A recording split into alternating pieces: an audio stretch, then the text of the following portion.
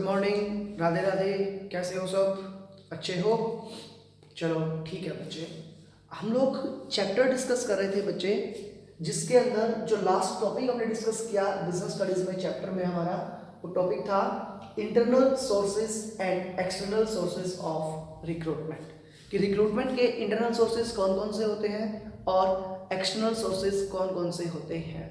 Internal sources के अंदर हमने वेरियस टाइप्स हमने डिस्कस किए थे कि हम लोग प्रमोट कर सकते हैं किसी एम्प्लॉय को, उसका ट्रांसफर कर सकते हैं, या कुछ अदर मेथड्स भी हमने देखे थे। सिमिलरली अगर हमें एक्सटर्नल सोर्स से एम्प्लॉय हायर करना है तो उसके भी हमने कुछ मोड्स देखे थे, लाइक एडवर्टाइजमेंट आपका हो गया, या वेब पब्लिशिंग आपका हो गया, या फिर और भी हमने अप्रोक्सीमेटली 9 to 10 पॉइंट्स हमने डिस्कस किए थे। आई होप वो सब आपको रिमेंबर है। अब हम लोग आगे स्टार्ट करते हैं उसी चीज को। हमने वहां पे बात की थी इंटरनल एंड एक्सटर्नल सोर्सेज की। अब हम लोग देखेंगे कि अगर किसी एम्प्लॉय को रिक्रूट किया जाता है थ्रू इंटरनल सोर्स तो उसके मेरिट्स क्या हैं। अगर आपने एम्प्लॉयज को रिक्रूट किया थ्रू इंटरनल सोर्स तो उसके डीमेरिट्स क्या हैं। सिमिलरली अगर आपने एम्प्लॉयज को अपॉइंट किया थ्रू एक्सटर्नल सोर्स तो उसके मेरिट्स क्या हैं और उसके डीमेरिट्स क्या हैं। उसके बाद इन लास्ट हम लोग इस लेक्चर के अंदर क्या देखेंगे कि डिफरेंस क्या होता है इंटरनल सोर्स में एंड एक्सटर्नल सोर्स के अंदर। ठीक है, ये चीजें हमें आज के लेक्चर के अंदर डिस्कस करनी है। फर्स्ट ऑफ ऑल अगर मैं बात करूं इंटरनल सोर्स के मेरिट्स की, तो इंटरनल सोर्स के मेरिट क्या होते हैं। पहला मेरिट हमने देखा था कि इंटरनल सोर्स में हम लोग एम्प्लॉय को क्या कर सकते हैं, प्रमोट कर सकते हैं, है ना। क्या कर सकते हैं, प्रमोट कर सकते हैं। अगर आपने एम्प्लॉय को प्रमोट किया, अगर आपने एम्प्लॉय को प्रमोट किया इट मींस वो एम्प्लॉय खुश होगा या नाराज होगा। भी आप एक जगह काम कर रहे हो, मेहनत कर रहे हो, आपको अगर उसका रिजल्ट मिल रहा है, आपका जो लेवल है वो अपग्रेड हो रहा है, इट मींस एम्प्लॉय खुश होगा ना। फर्स्ट क्या देखो, प्रमोशनल इवेंट। एग्जिस्टिंग एम्प्लॉय जो भी होता है ऑर्गेनाइजेशन के, उनको एक अपॉर्चुनिटी मिलती है कि वो अच्छा काम करें और आगे बढ़े। जो एम्प्लॉय जितना अच्छा काम करेगा उसको उतना जल्दी क्या होगा, प्रमोशन मिलेगा, उतने हायर लेवल पे वो जा पाएगा। वही अगर ऑर्गेनाइजेशन जो है वो एम्प्लॉय को प्रमोट नहीं कर रही तो फिर एम्प्लॉयज के अंदर क्या रहेगा कि छोड़ना यार, क्या फायदा, मुझे भी उतना ही बेनिफिट मिल रहा है जितना जो लोग काम नहीं कर रहे उनको मिल रहा है, तो फिर वो उस चीज से मोटिवेट कम होंगे। तो फर्स्ट मेरिट क्या हुआ, प्रमोशनल एवेन्यूज। ठीक है, सेकंड जो आता है इसके अंदर वो आता है बच्चे इकोनॉमिकल। इकोनॉमिकल कैसे होगा, जो एम्प्लॉइज काम करते हैं अगर आप उन्हीं को प्रमोट करते हो तो क्या आपको एडवर्टाइजमेंट करने की जरूरत है, बताओ। एडवर्टाइजमेंट करने की जरूरत है क्या? नो सर, नहीं है। उनको एक्स्ट्रा कोई कमेटी बनाने की जरूरत है जो जाकर के एक इंटरव्यू वगैरह कंडक्ट करवाए, रिटन टेस्ट वगैरह ले, ऐसा कुछ करने की जरूरत है क्या? वो भी नहीं है। तो फिर अगर हमें ये सब खर्चे करने की जरूरत नहीं है तो इन सब की सेविंग्स हो जाएंगी ना, और अगर इन सब की सेविंग्स हुई तो हमें ये क्या हो गया, economical. This source is economical because the enterprise is not required to induce in the various formalities of recruitment. ना ही तो आपको रिक्रूटमेंट के लिए एडवर्टाइजमेंट देने की जरूरत है, ना ही लोगों को बुलाने की जरूरत है, टेस्ट वगैरह कंडक्ट करवाने की जरूरत है। वो सारी रिक्वायरमेंट, वो सारे खर्चे क्या हो गए, स्किप हो गए।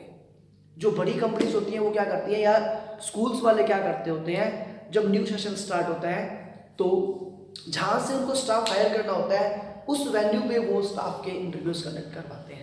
ऐसी जो बड़ी फर्म्स होती हैं वो भी जब उनको एम्प्लॉयज़ की रिक्वायरमेंट होती है तो एक जगह डिसाइड करते हैं कि हम लोग यहाँ पे क्या करेंगे, इंटरव्यू कंडक्ट करवाएंगे। जैसे हम लोग कॉमर्स फील्ड के अंदर हैं तो जो सीए होते हैं, जब सीए कंप्लीट हो जाती है उसके बाद आपका जो आईसीएआई है वो भी क्या करता है, जो प्लेसमेंट करवाता है जिन लोगों की सीए कंप्लीट हो गई।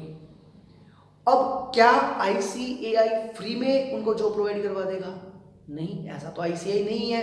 भी कॉमर्स के फील्ड का इंस्टीट्यूशन है तो खुद का तो कुछ बेनिफिट देखेगा ही देखेगा। आईसीएआई क्या करता है, जितनी भी कंपनीज आती है उन सबसे कुछ पैसा चार्ज करता है। अब वो जो कंपनीज आई तो पहले तो आईसीएआई को पे करेंगे उस चीज का, फिर वो जो लोग जो स्टाफ को सिलेक्ट करने आएंगे उनकी एक टीम बनाई जाएगी, वो लोग कंपनी से ICAI के उस बिल्डिंग तक आएंगे, उस सिटी तक आएंगे, उसका खर्चा हो गया, उनका रहना खाना पीना वो सब खर्चे हो गए। इट मीन्स एक काफी हैवी अमाउंट खर्च करना पड़ता है कंपनी को इन सब चीजों के अंदर, तब जाकर के वो क्या करते हैं, एक एम्प्लॉय को सिलेक्ट कर पाते हैं, तब जाके उनको उनकी रिक्वायरमेंट के अकॉर्डिंग एक एम्प्लॉय मिलता है ना। अगर इंटरनली हमने प्रमोट कर दिया एम्प्लॉय को, तो क्या हमें ये सारे खर्चे करने की जरूरत पड़ेगी? नहीं ना, इसीलिए ये क्या हो गया, इकोनॉमिकल। नेक्स्ट आता है आपका encouragement to render better services. जो एम्प्लॉइज ऑलरेडी आपके साथ जुड़े हुए हैं उनको एनकरेज करेगा, किसके लिए? For better service. जितने भी एम्प्लॉइज आपके साथ जुड़े हुए हैं उनको क्या रहेगा कि अगर हम लोग अच्छा काम करेंगे, हम लोग जितना अच्छा काम करेंगे उतने आगे हम लोग बढ़ेंगे।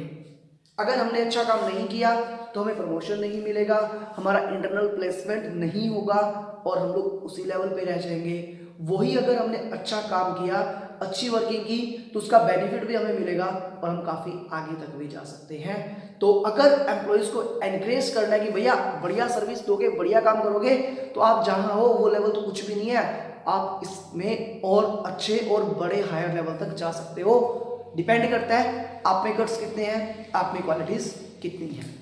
ठीक है, नेक्स्ट आता है knowledge of actual working conditions and policies. अब जो एम्प्लॉइज वहां पे वर्क कर रहे हैं, जो एम्प्लॉइज आपके ऑर्गेनाइजेशन के साथ जुड़े हुए हैं, उनको पता चलेगा कि हमारी जो ऑर्गेनाइजेशन है जिसमें हम लोग काम कर रहे हैं वो हमें किस बेसिस पे प्रमोट करती है, कि पॉलिसी क्या है। भी गधे और घोड़े सब बराबर ट्रीट करते हैं या फिर जो घोड़े हैं उनकी वैल्यू ज्यादा है। कहने का मतलब जो एम्प्लॉइज ज्यादा काम कर रहे हैं उनको उसके अकॉर्डिंग रिवार्ड मिलता है या नहीं मिलता, या फिर वो ऐसे ही एक्स्ट्रा मेहनत करते हैं बेवकूफ हो गए जैसे। अगर रिवार्ड मिलता है, उनको रिवार्ड मिलता है अच्छे वर्क करने का, तो वो दिल लगा के काम करेंगे। और अगर उसकी कोई वैल्यू नहीं है अच्छे से काम करने की, तो फिर वो भी उतना दिल लगा के उतने अच्छे से वर्क नहीं करेंगे। ठीक है, नेक्स्ट आता है अपना रेफरेंस नोट रिक्वायर्ड। जो एम्प्लॉइज ऑलरेडी वर्क कर रहे हैं आपकी ऑर्गेनाइजेशन के अंदर, उनको क्या किसी दूसरे ऑर्गेनाइजेशन में जाना है? नहीं, वो तो ऑलरेडी उस ऑर्गेनाइजेशन के नोन है, वेल नोन है। इवन जिसको आप प्रमोट करोगे वो वेल नोन होगा ना। तो अब उस पर्सन को प्रमोशन के लिए किसी आउटसाइडर से रेफरेंस लगवाने की जरूरत है क्या? बीजी मैं बहुत अच्छा हूँ, मेरा कैरेक्टर अच्छा है, मेरी वर्किंग बहुत अच्छी है, मुझे ये नॉलेज है, स्किल्स मेरे में बहुत है, ये वो दिस एंड दैट, ये सब करने की जरूरत है क्या? नहीं ना। तो इसीलिए कहते हैं इसके अंदर किसी चीज की जरूरत नहीं है, रेफरेंस की जरूरत नहीं पड़ती, क्योंकि एम्प्लॉय कैसा है, क्या करता है, वो सारा रिकॉर्ड कंपनी के पास ऑलरेडी होता है। Next, availability of efficient and experienced employees. अब ऐसा तो है नहीं कि कोई फ्रेशर आया और आते ही आप उसको प्रमोट कर दोगे, ऐसा नहीं होगा ना। जो एम्प्लॉयज ऑलरेडी आपके ऑर्गेनाइजेशन के साथ जुड़ा हुआ है, पिछले काफी टाइम से काम कर रहा है, जिसको आपको अच्छे से पता है कि उस एम्प्लॉयज की कैपेबिलिटीज क्या है, क्वालिटीज क्या है, क्या क्या वर्क कैसे कैसे वो टैकल कर सकता है, उसी को आप प्रमोट करोगे ना, उसी को आप इंटरनली सोर्स के थ्रू एम्प्लॉयमेंट दोगे। तो इसके बारे में आपको बहुत ज्यादा इन डेप्थ नॉलेज लेने की जरूरत ही नहीं होती। आपको आपकी ऑर्गेनाइजेशन के अंदर जो ऑलरेडी वर्क कर रहा है वो एक्सपीरियंस पर्सन मिल जाएगा, उसको बहुत ज्यादा ट्रेनिंग्स वगैरह वो सब देने की भी नीड नहीं होती। नेक्स्ट आता है लेस टाइम कंज्यूमिंग। अगर हम लोग एक एम्प्लॉय को रिक्रूट करने की सोचें तो हमें क्या करना पड़ेगा? सबसे पहले जी हमने पूरा एक प्रोसेस पढ़ा था रिक्रूटमेंट का।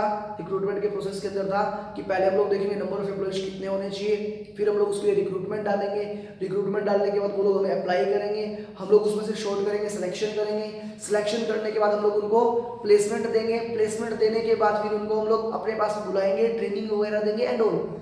ये सब क्या एक ही दिन में हो जाएगा? इतना जो प्रोसेस है हमारा, क्या वो एक दिन में हो जाएगा, 2 दिन में, 5 दिन में हो जाएगा? उसके लिए हमें कुछ टाइम चाहिए होता है।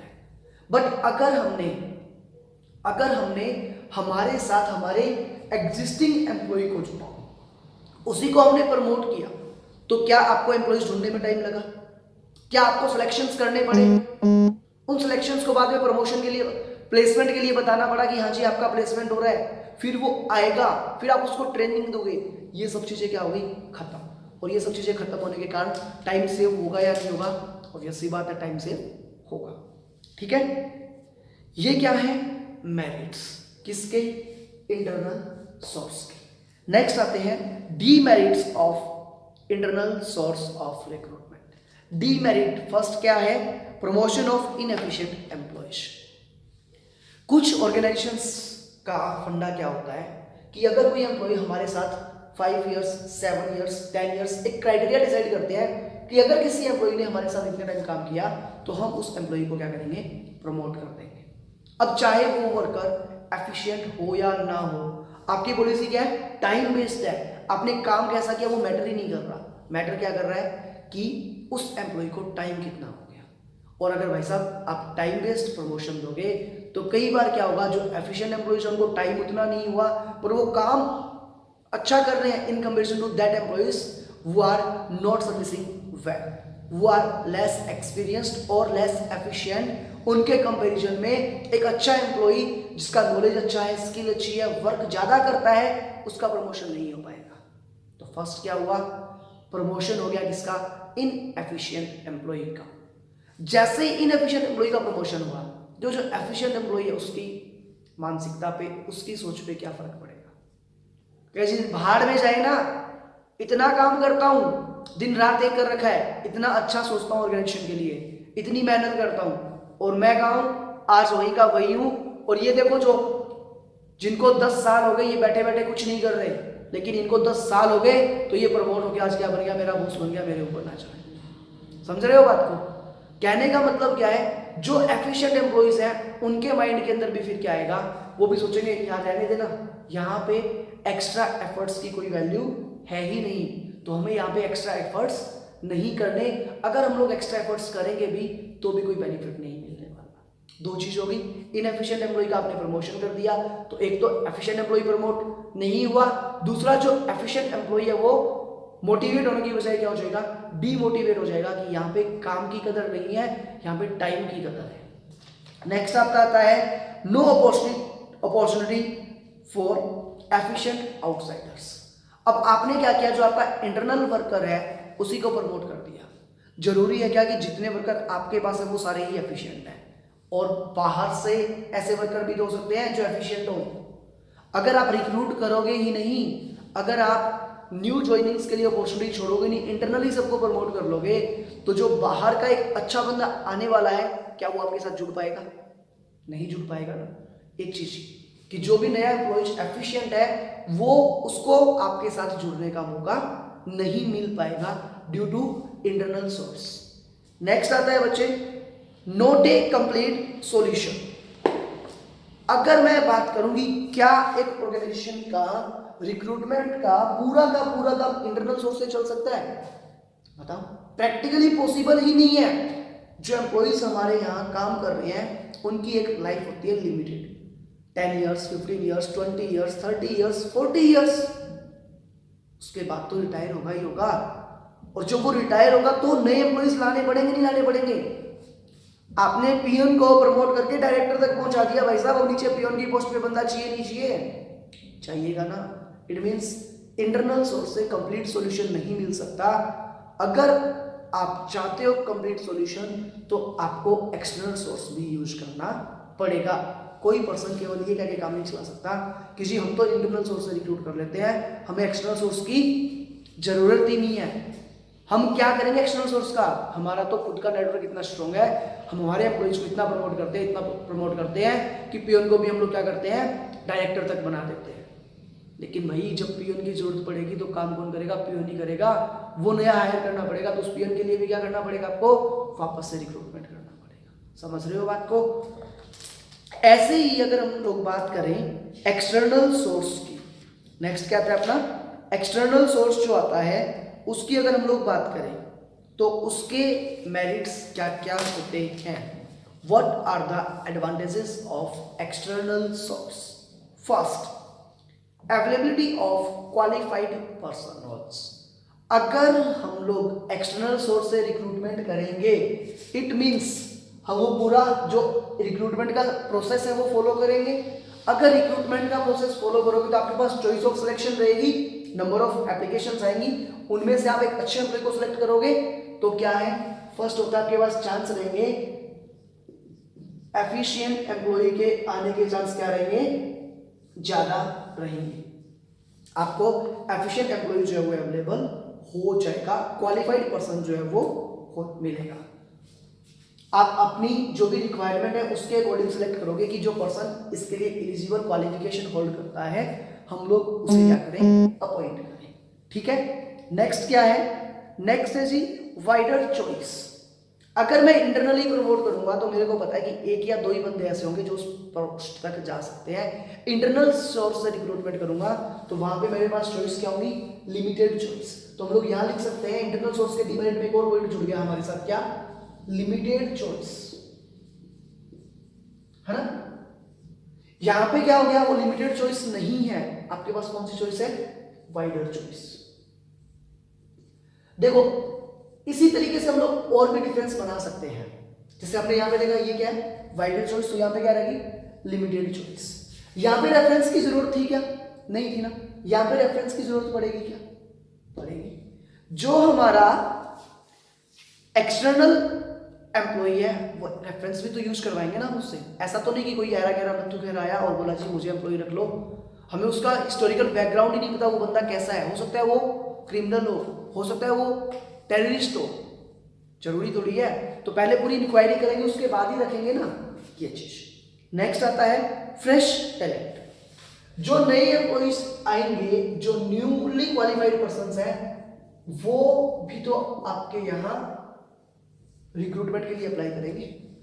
जो न्यूली क्वालिफाइड पर्सन है, टैलेंटेड पर्सन है, वो भी तो अप्लाई करेंगे। इंटरनल सोर्सेस के अंदर इनके लिए अपॉर्चुनिटी नहीं थी, बट यहाँ पे इनके लिए अपॉर्चुनिटी है, तो आपको फ्रेश टैलेंट भी मिलेगा, फ्रेश और अच्छी क्वालिटी का टैलेंट भी मिल सकता है। Next, competitive spirit. Competitive spirit में क्या होगा भाई, जो नए एम्प्लॉइज हमारे साथ जुड़े हैं वो ये कहेंगे कि जी अगर इतने सारे लोग अप्लाई कर रहे हैं तो ये रहेगा जो जितना बेटर परफॉर्म करेगा वो ही सेलेक्ट होगा। अदरवाइज तो क्या है, मैं ऑलरेडी किसी ऑर्गेनाइजेशन के साथ जुड़ा हुआ हूं, मुझे पता है कि मैं उस लेवल पे हूं, मेरा प्रमोशन होने वाला है, चाहे मेरे अंदर क्वालिटी है या नहीं है। वही अगर मैं किसी नई ऑर्गेनाइजेशन के साथ जुड़ूं तो मेरे साथ 4 लोग और भी अप्लाई कर रहे हैं, तो मेरे माइंड में क्या रहेगा कि मैं अपना बेस्ट दूं, और जो 4 और हैं उनके माइंड में भी क्या रहेगा, वो भी अपना बेस्ट दें। जो सबसे अच्छा करेगा वो सेलेक्ट हो जाएगा, और जो अच्छा नहीं करेगा वो रिजेक्ट हो जाएगा। सिंपल सी चीज है, ठीक है। ये हुई मेरिट्स। नेक्स्ट आती हैं लिमिटेशंस। लिमिटेशंस क्या है भी एक्सटर्नल सोर्स की, तो सर एक्सटर्नल सोर्स के लिए हमें वो सारे स्टेप फॉलो करने पड़ रहे थे। सारे कौन से, 6-7 स्टेप जो आपने बताए थे। सबसे पहले देखो डिमांड कितनी है, कितने एम्प्लॉय चाहिए, फिर उसके बाद देखो कि हम रिक्रूटमेंट करेंगे, फिर वो अप्लाई करेंगे, फिर हम लोग सेलेक्ट करेंगे, and all training and all, वो सब चीजें थी ना, वो सारी चीजें करनी पड़ी। और अगर इतनी सारी चीजें करोगे भैया तो जो प्रोसेस है वो लेंथी होगा या शॉर्ट होगा, इजीली वर्क हो जाएगा या एक लंबा प्रोसेस फॉलो करना पड़ेगा। जाहिर सी बात है भाई, लेंथी प्रोसेस होगा। अगर लेंथी प्रोसेस हुआ तो टाइम कंज्यूमिंग होगा क्या। अगर मैं बात करूं डीमेरिट्स की, तो लेंथी हो गया प्रोसेस, दूसरा क्या हो गया, टाइम कंज्यूमिंग हो गया, ज्यादा टाइम लगता है उसके अंदर। नेक्स्ट क्या है अपना, कॉस्टली प्रोसेस।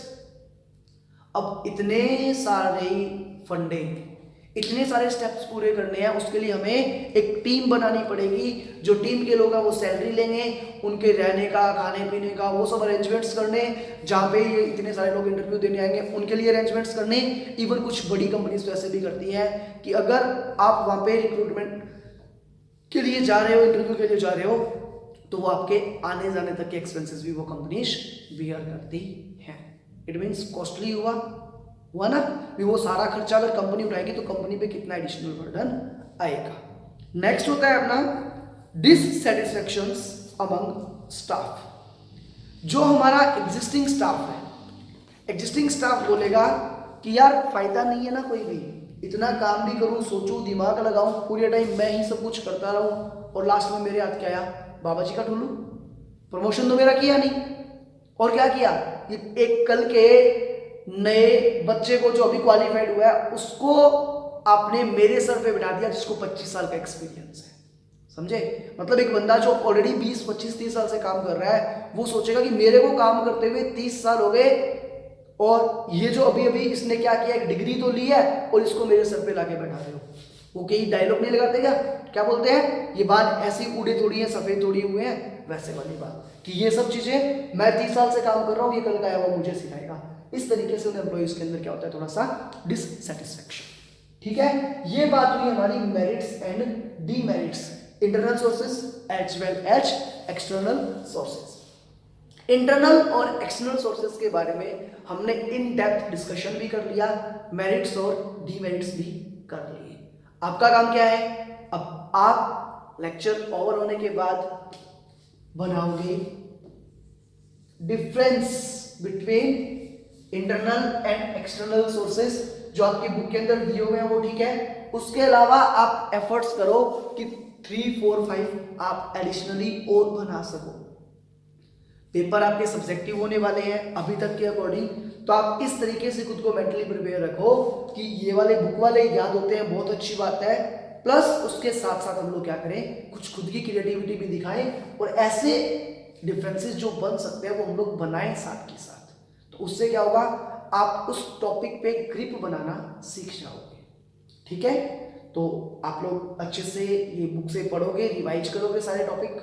इनमें कोई डाउट रहता है तो जो आपके ग्रुप बने हुए हैं वहाँ आप पूछ सकते हो। और हाँ, चैनल को सब्सक्राइब जरूर कर लें। आप लोगों ने अब तक चैनल को सब्सक्राइब नहीं किया है, वीडियो अगर अच्छी लगे तो लाइक करें, शेयर करें, कमेंट्स करें। आप लोगों के इतने से एफर्ट से बच्चे जो पढ़ाता है आपको उसको काफ़ी मोटिवेशन मिलता है, हमारे लिए यही एक रिवॉर्ड होता है जो आपकी ओर से मिलता है। ठीक है, तो आप लोग क्या करें, चैनल को सब्सक्राइब करें, अच्छे अच्छे कमेंट्स करें। Okay, bye bye, good day, मिलते हैं नेक्स्ट लेक्चर में। तब तक के लिए घर पे रहो और पढ़ाई करते रहो। ठीक है, बाय।